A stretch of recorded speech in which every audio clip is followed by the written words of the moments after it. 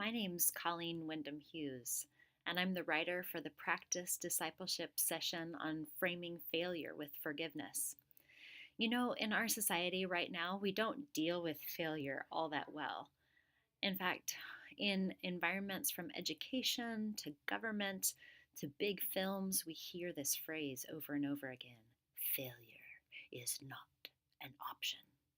And it's supposed to be motivational or something, like bring out everybody's best effort and make people who don't get along and make people who don't feel like they have gifts find their gifts. But there's a problem with this statement. It's only partly true.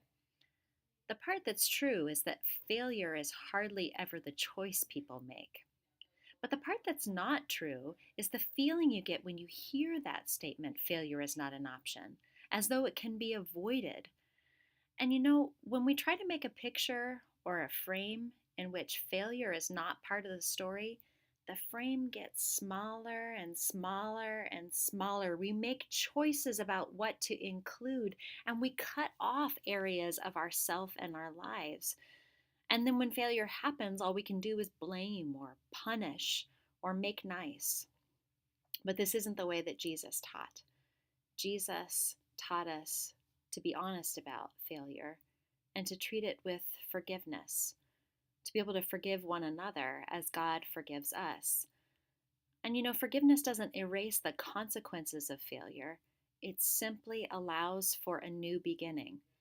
And maybe that new beginning won't be simple, but it will be a beginning based on honesty, that we sometimes fail ourselves, we sometimes fail one another. We sometimes fail as a society to live the way God's called us to live.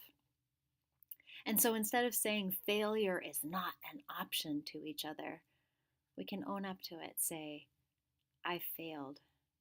Would you please forgive me? Or, we failed. Let's ask for forgiveness.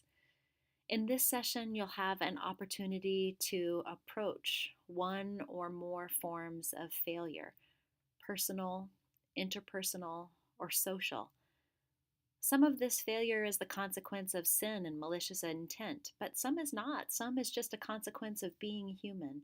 Regardless of what your group needs, I hope you'll find the space to be honest about failure and to find strength and comfort in the gift of forgiveness as given to us by God through Jesus Christ.